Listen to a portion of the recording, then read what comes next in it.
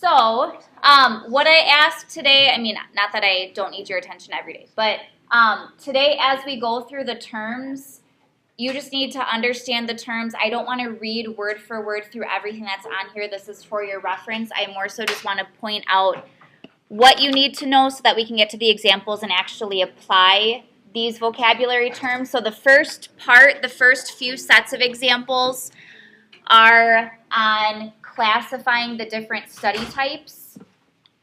And there's some terms, just background of what statistics is at the top here. So in a statistical study, data is collected. It's used to answer questions about a population characteristic or parameter.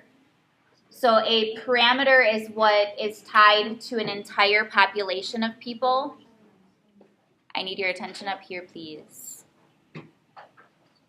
It does say, though, due to time and money constraints, it may be impractical or impossible to collect data from every member of an entire population. So, for example, say they wanted to know something about every student in Ripon. It might, depending on what it is, say they want to do a survey, it might be impractical to survey every single student, or maybe every single student doesn't return the survey. That would be an example of the impracticality, or maybe it's impossible to do this if they want, say, every person that lives in the United States, something like that.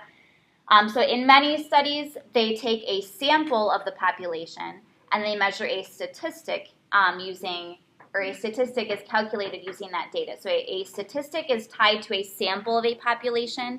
A parameter would be for the entire population. So a sample statistic, such as the sample mean or sample standard deviation, calculating those will be covered tomorrow, is then used to make inferences about population parameters. So a sample statistic is used to say something about an entire population. And part of today is going to be identifying in a study what is the sample, what is the population. So then these are the steps in a typical study. So you want to be able to identify what's the objective, what's the purpose, choose a sample, collect the data, organize the data, create the statistic, and then you make conclusions or inferences about the entire population based off of your sample. And then it says something else we'll be talking about today, bias. So to obtain good information and draw accurate conclusions about a population, your sample must be an unbiased sample. A bias is an error that results in a misrepresentation of members of a population. So if you choose a sample poorly, that can cause biased results, and we'll take a look at that. Is something biased or not, or how do you make sure that you don't have a biased sample, things like that. Often to reduce the possibility of having a biased sample, random samples are taken. So they'll usually choose the members that are in the sample from a population. They have to make sure they're chosen randomly, otherwise that bias can occur. So moving forward into some examples using this information, these are the 3 different study types that you need to know, and like I said, you might already be familiar with them. Survey, you probably have all at some point in your life taken a survey. We have surveys here at school. So surveys collect data from responses given by members of a population. And then it does give an example here of what a survey would be. I'll let you read through that. I'm sure you're familiar with what a survey is. Next is an experiment. And this is where your sample is divided into 2 groups. So one group is the experimental group. It has to undergo a change. So it's affected somehow by the study. And then there's always a control group that does not undergo the change. And then they compare the 2 groups to know the effect of that experimental group. And then an observational study is where members of a sample are measured or observed without being affected by the study. So that, again, it gives an example here about teenagers just being observed using different laptops, and then they noted their reactions to them. So they weren't actually affected. They weren't given something to do. They were purely just observed. What are they doing? So making sure you know the difference between these 3 surveys. The responses are returned from the people. It's voluntary response. Experiment has the two groups. One undergoes a change, one doesn't. Observational study, the people are not affected. They are just being observed. So we have a couple sets of examples. And we may not hit every single example today. I just want you to get the idea of how to answer these questions, what exactly it is I'm looking for. So the first set of examples say determine whether each situation describes a survey, experiment, or observational study, and then also identify what is the sample, and then what could the population be. So what population is the sample chosen from? So I'll kind of lead through part A here. It says a record label wants to test 3 designs for an album cover. They randomly select 50 teens from local high schools to view the covers while they watch and record their reactions.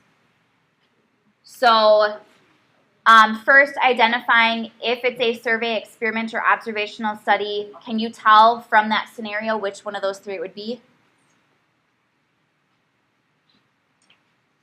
Survey, experiment, or observational study?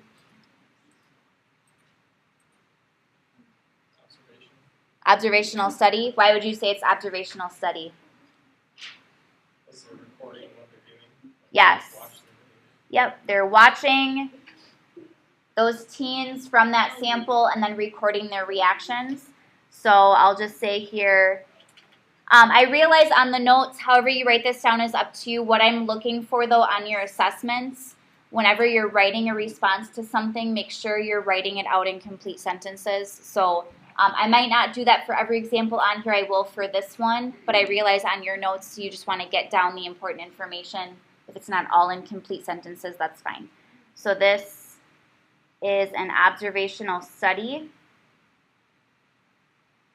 And even though it doesn't ask in the question how you know that, just like I asked Ross how he knew that or why he thought it was an observational study, make sure that you can back up why you think it's either a survey, observational study, or experiment.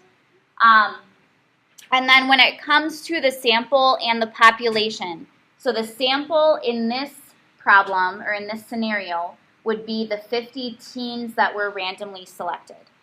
So I'll say the sample is the 50 teens selected. And then you just have to think of a possible population that this sample would have been chosen from. So the sample is representing a larger group of people. And there isn't necessarily one right answer to this because, again, you're just naming a possible population. So because this is a record label testing designs for an album cover, they chose randomly 50 teens from local high schools. So it could be that this record label, because they chose teens, that they're trying to target teens, or they think teens would be the ones to purchase this album. So I'll say the sample is the 50 teens selected, and the population, I'll say could be, because again, we don't know for sure, but we're trying to see what makes sense. The population could be all teens who would purchase the album.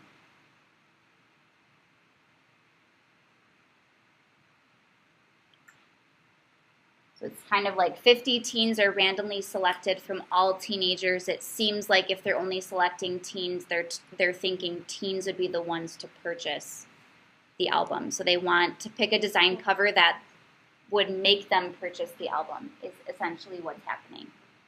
Okay, so identify what type of study it is, what is the sample, those two things you should be able to say for sure, and then a possible population. Okay, so I want you to look at part B and answer part B in your groups or individually. What type of study do you think that is? What do you think the sample is? What could the population be? I may not walk around. I'll give you a minute here or two to answer it, and then we'll just discuss it together.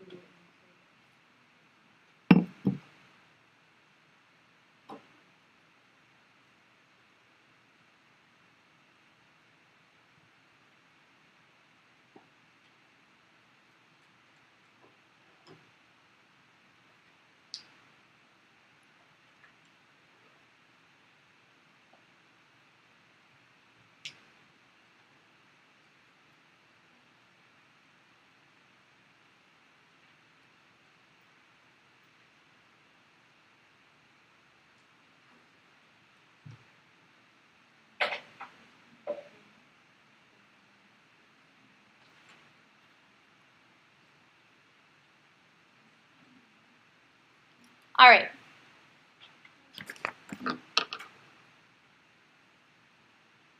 So what type of study, this one I'm just going to list out what we think these three things are. So what type of study do you think this is? Survey, observational study, or experiment?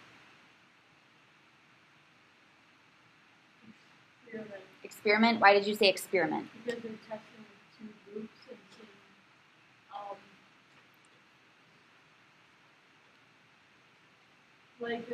they're seeing which one undergoes a change while the other one doesn't. Yep, so the change in this case would be the heartworm treatment. One group is given the heartworm treatment, the other one is given a false treatment. They want to see the effects of the heartworm treatment. What would the sample be?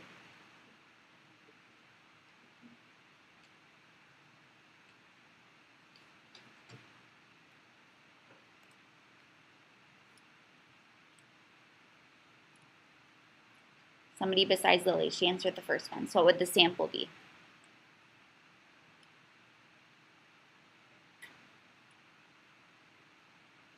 Cora?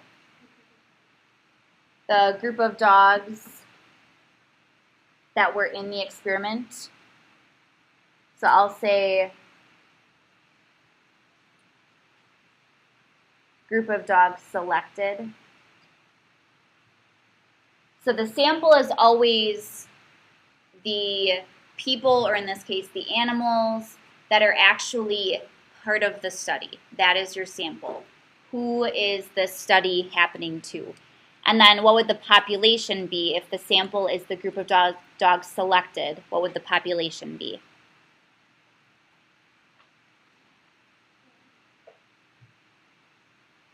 The tested dogs are the sample. And the sample is part of a larger group. Russ? Dogs with heartworm. Or we could even just say, well, yeah, we'll say that. That's a good response. Dogs. I'll put in front of that all dogs with heartworm.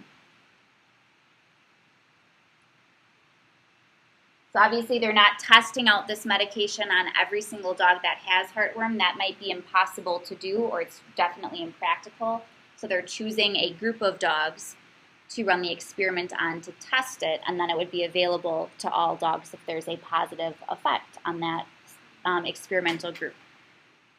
Okay, so we're going to move forward, not look at part C, but definitely being able to identify what is the study, what type do you have, what is the sample, what is the population. Those are things that you're going to have to be able to identify.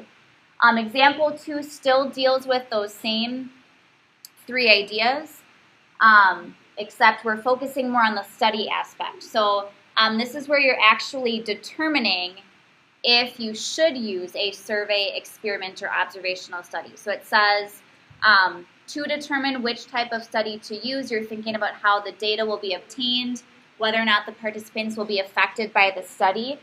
So here you're going to say, this should be using a survey because, and then giving a reason, or this should be using an observational study because. So if we look at part A pharmaceutical company wants to test whether a new medicine is effective.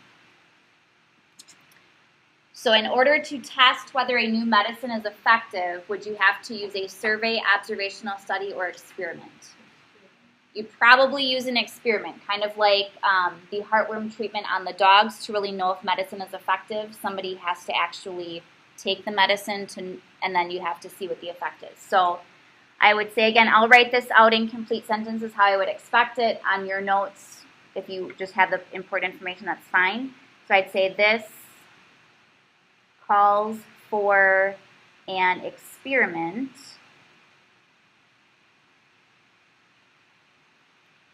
because I'll say the new medicine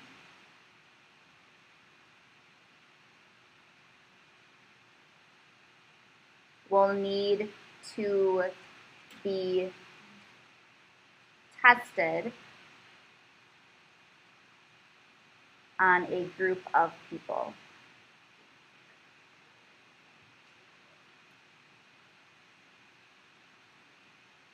Okay, and therefore that group of people, they will be affected by the study. If a medicine is being tested on them, they are affected by the study, so that calls for an experiment.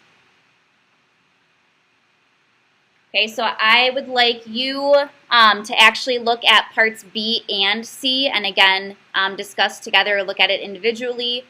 For B and C, would those two, do you think they would call for a survey, experiment, or observational study, and then why? So what type of study do you think, and then back it up. Why do you think you would use that type of study?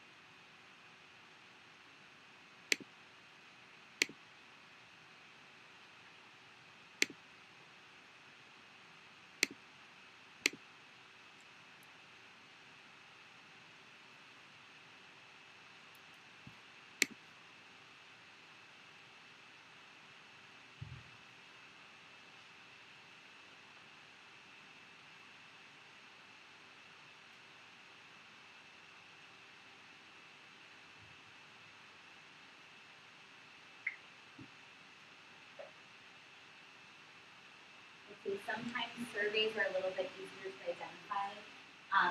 Really, the difference with an experiment and an observational study is, are the people affected by the study? Are the people taking a medication? Is something actually happening to those people, or are they simply just being observed without being given something that would affect them? Some sort of change has to happen for an experiment. So if we look at part B, a research company wants to study smokers and non-smokers to determine whether 10 years of smoking affects lung, that should say lung, not lunch. Whether it affects lung capacity, sorry about that. I didn't realize that was a typo. Okay, what type of study would this be? Survey, observational study, experiment? Because you're not really giving them anything, and it also makes them like they're studying the effects of smoking, so they're not saying new people can smoke. Right, they are not forcing the people to smoke. That's unethical. They are taking people who already smoke, observing them, and then people who do not smoke, observing them. So I'll say, for the reason why, I'm just going to summarize. The effects are observed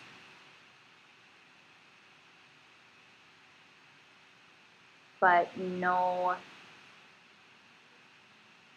I'll say nobody is affected by the study. And again, what I mean by that is nobody is being forced to change something they're already doing. So yes, I'm sure people who smoke versus not smoke, there is an effect happening. That is what they are observing. but the effect is not being forced on them. They're not being told you must smoke, and we want to see what happens to you.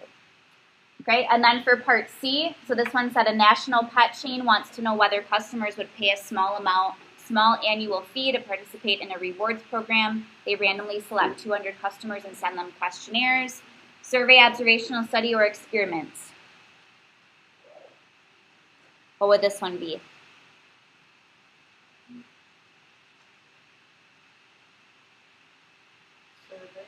Survey, thank you, Lily. Because they're just wanting to see if they participate, if they do it. Yes, so this would be, I'll put reason why. It's kind of a voluntary response. The questionnaire they're sending would be a voluntary response. That's what a survey is. Okay, so being able to identify what type of study you have, or identify what type of study would make sense to use, and then giving a reason why. And it is about how the data is collected and if people are affected by what is happening in the study. Next, we're going to be moving on to actually designing studies. So if you were to give a survey or perform an experiment, what goes into actually designing the statistical studies. So first we're starting with surveys and making sure that questions in a survey or procedures in an experiment, that there's no bias, or seeing is there bias, and then how could you correct that bias to make sure it's an unbiased survey or experiment. So starting out with surveys and survey questions, it says a survey question that's poorly written may result in a response that doesn't accurately reflect the opinion of the participant.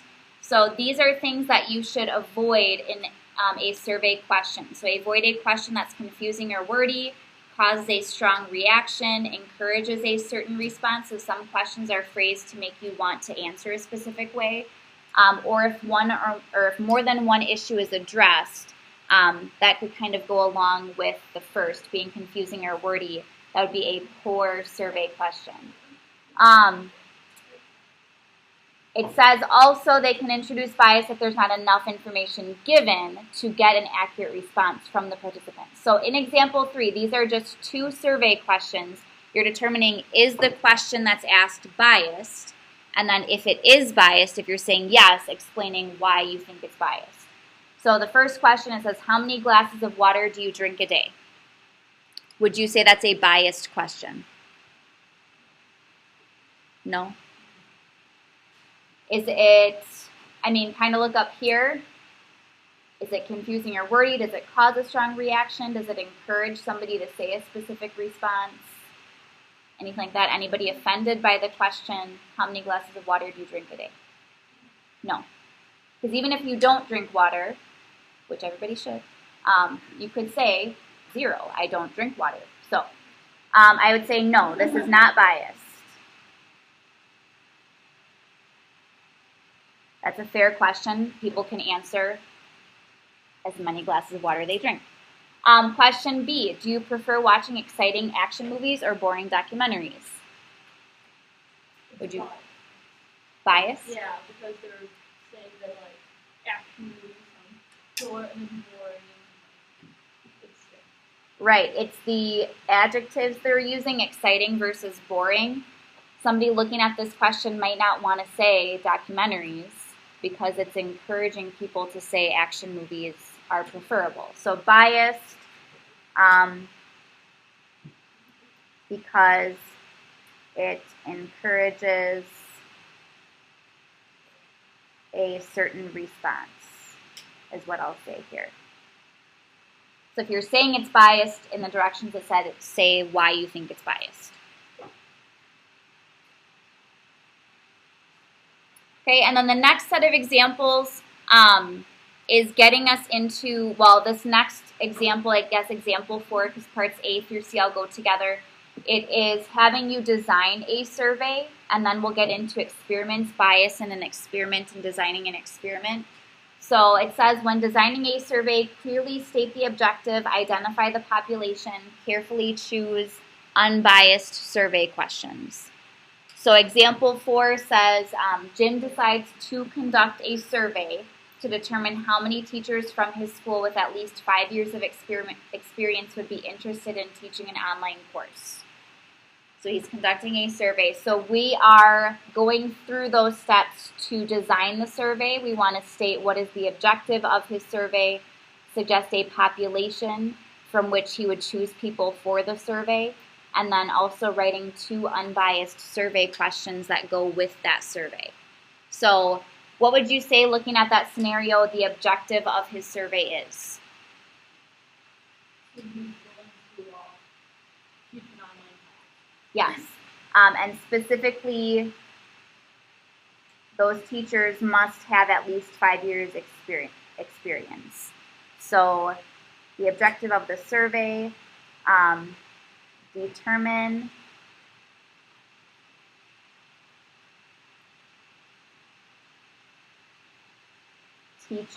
determine teacher's interest in teaching an online course.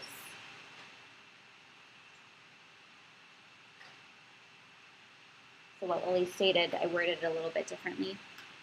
And that's the thing with these responses too, you may not have written exactly what I have, but the overall point of the objective should be clear from one person's response to another.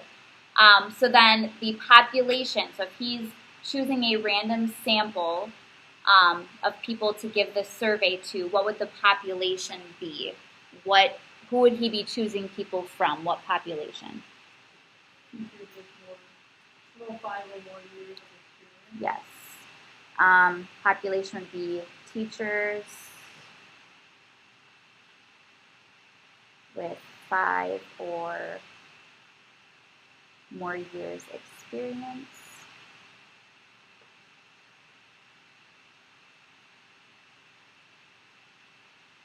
And I might add to the end of that, it does say teachers from his school.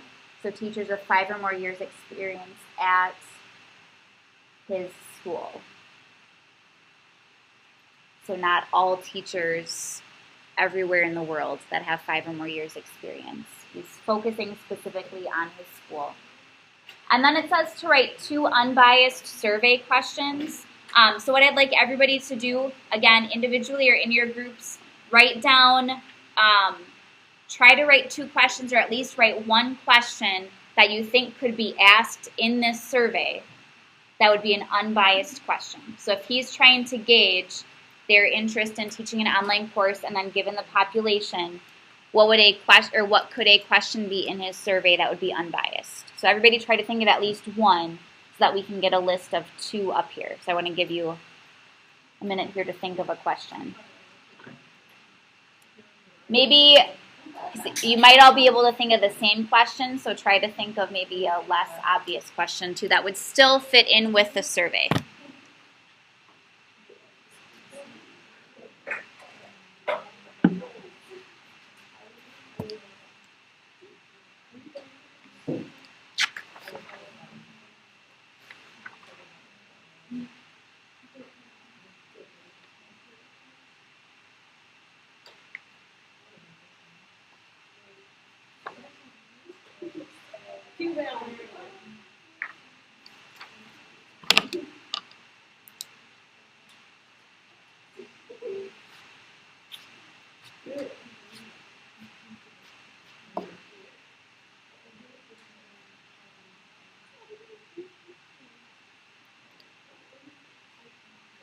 All right, what's a question that you could ask for this survey? Somebody besides Lily's group, Lily or Allie, because Lily's been answering everything.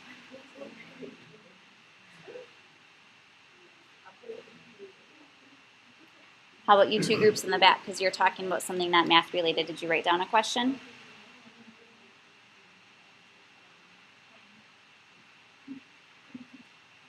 Lily can't do the work for everybody in the class. So what is a survey question that could be asked?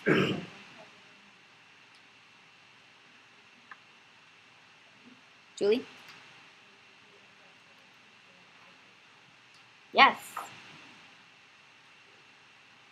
Okay, if I would say in the survey that question should be asked, would you be interested in teaching an online class? So then aside from that, that's probably the main question of the survey. What else could be asked in the survey? Does anybody come up with a different question? Or at this moment, try to think of another question that could be asked. Ross?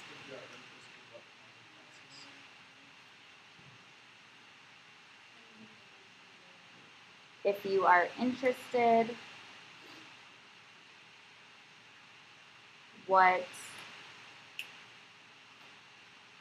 kind of online classes,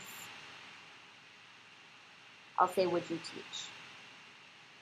Or it could say, would you be willing to teach? So that would kind of serve as a follow-up question to question 1, but that could be a question on the survey. So that's what you're trying to think of is, if you were to give a survey, what questions could you ask that would be unbiased?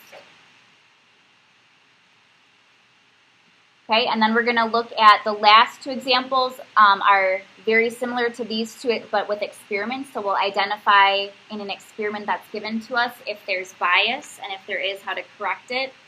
And then looking at how to design an experiment. So it does say at the top how to avoid introducing bias in an experiment. So experiment and control groups. In experiment, you need 2 groups. One undergoes some sort of change, one does not. They should be randomly selected, and the experiment should be designed so that everything about the 2 groups is alike except for the treatment or the procedure. So everything else between the 2 groups, besides kind of what's being tested out, should be the same or alike. So example 5 says identify any flaws in the design of the experiment and describe how they could be corrected. So this is the experiment and then the results. A research company wants to conduct a study to determine whether a new fishing reel is more effective than the old reel. The experimental procedure consists of using the new reel to catch fish in one lake and using the old reel to catch fish in another nearby lake that is randomly chosen. The company concludes, this is the results, that the new reel is twice as effective as the old reel. Would you say there was a flaw in the design of that experiment? Anything that could have affected the results that they got? Did they do it on the same day? Kind of thing? Or, like, depending on how much fish on the place they're fishing there? Okay, I would say yes. It doesn't specify the day. Well, I was thinking like But compared to a rain yes, day. yes. But what we do know is they're not fishing in the same lake. Okay, could it be possible that one lake, I mean, I don't know a lot about fishing, but one lake has better fishing conditions or more fish than another lake? Would that be probable to maybe think that? So saying that the new reel is twice as effective, well, it could just be the lake they were in and it has nothing to do with the reel. So the flaw is that, I'll say, different lakes were chosen.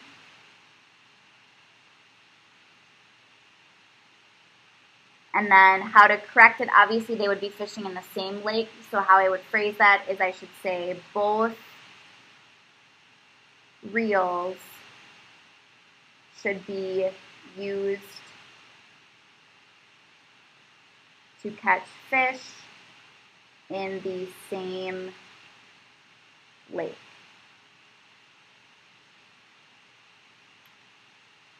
That's what's going to give you better results.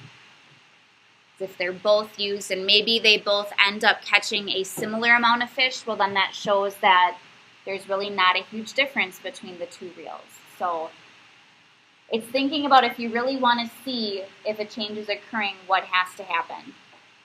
Okay, so then example 6, this is where we're actually designing our own experiment. So if you're setting up an experiment, you want to clearly state the objective, just like we did for the survey, identify the population, again, like we did for the survey, determine your two groups. What would the experimental group be? What would the control group be? And then define the procedure for the experiment. So what would take place, just like the procedure for this one, was the experimental group fished in one lake, the control group fished in a different lake, and they got their results. So we have a scenario for example 6, a company wants to determine whether wearing a new tennis shoe improves jogging time.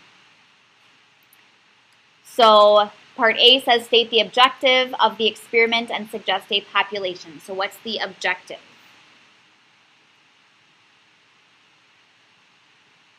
What's the objective of the experiment?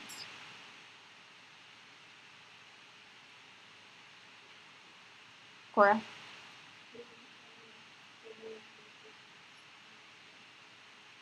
Yes, is to determine if the new tennis shoe, how did you end your statement? Increases running time.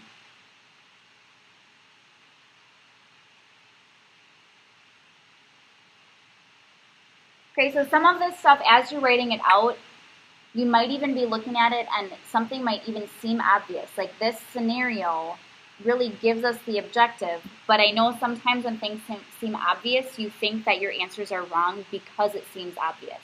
So here, that's not necessarily the case. It's just having you restate, can you pull out the objective? This is a shorter, I guess, scenario given to us. So if that is the objective, what would you say the population would be? So if you're choosing a sample of people to have this experiment happen with, what population would you choose them from? People who already run, yes. If you want decreases, you don't want increase time. Oh, right. So decreases running time. That's okay. Cora, I didn't catch that either. That's okay. Decreases running time, yes. You wouldn't want to slow down. I mean, I guess you would be determining, does it increase or decrease running time? So I guess either way it would work out. So the population is, I'll say runners or joggers. But you would want to choose people who already run or already jog. You wouldn't want to choose people who don't regularly run or jog, just because then obviously their running or jogging times are going to have a greater change if they're starting out as a non-runner and now they are running. Part B says determine the experimental and the control groups. So my question for you, what would the difference between the experimental and control groups be? So both groups are going to contain people who already run or people who already jog. What's the difference between the two groups?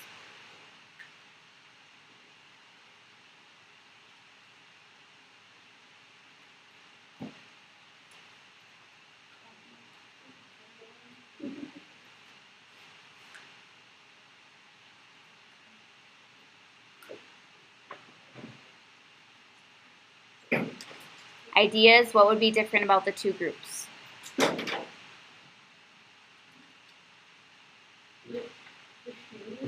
The shoes.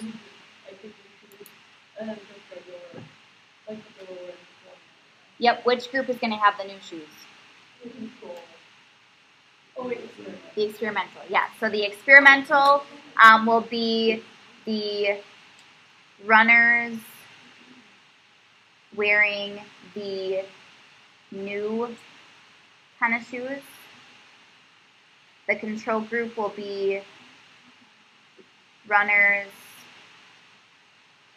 wearing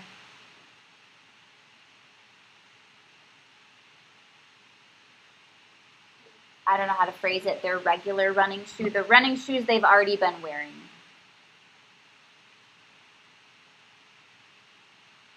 Their regular tennis shoes.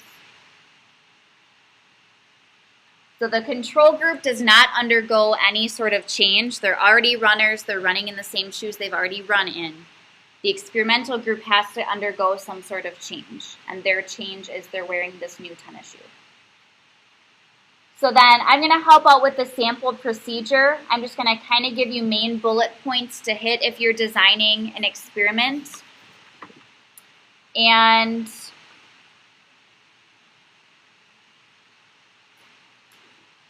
you kind of have a step-by-step grid at the beginning. We've already done this first part, identifying the objective of the study.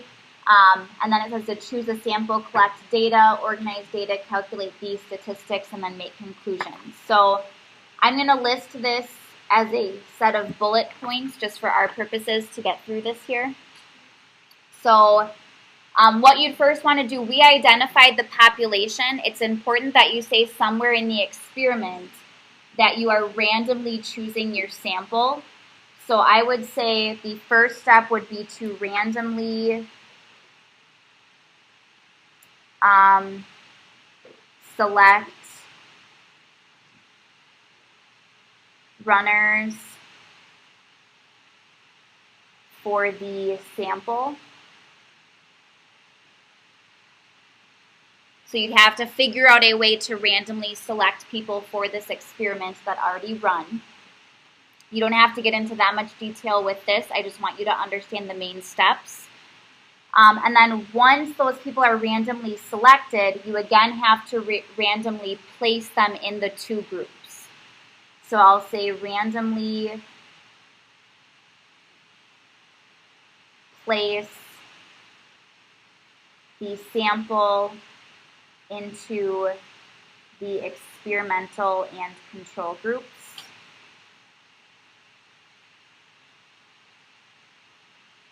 Everything has to happen randomly so that you're not introducing bias with who you're placing in the experimental group and who you're placing in the control group.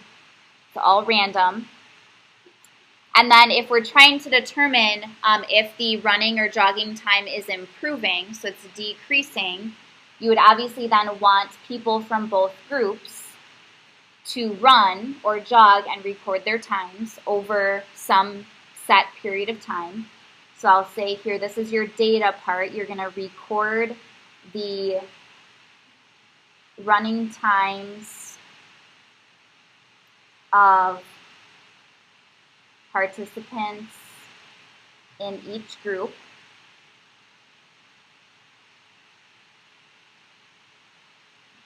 And whatever set period of time you have, then you would compare the running times to gain your conclusion. So from here, we could then determine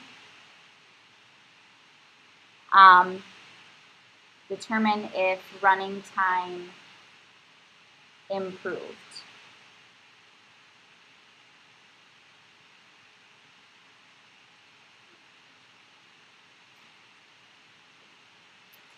Okay, so I certainly could write that out as a paragraph just to save some time here, though. Those are kind of your main bullets. So select your sample randomly, place them in the two groups randomly, figure out what makes sense to record your data. In this case, people would have to run in their shoes, and then determine the conclusions.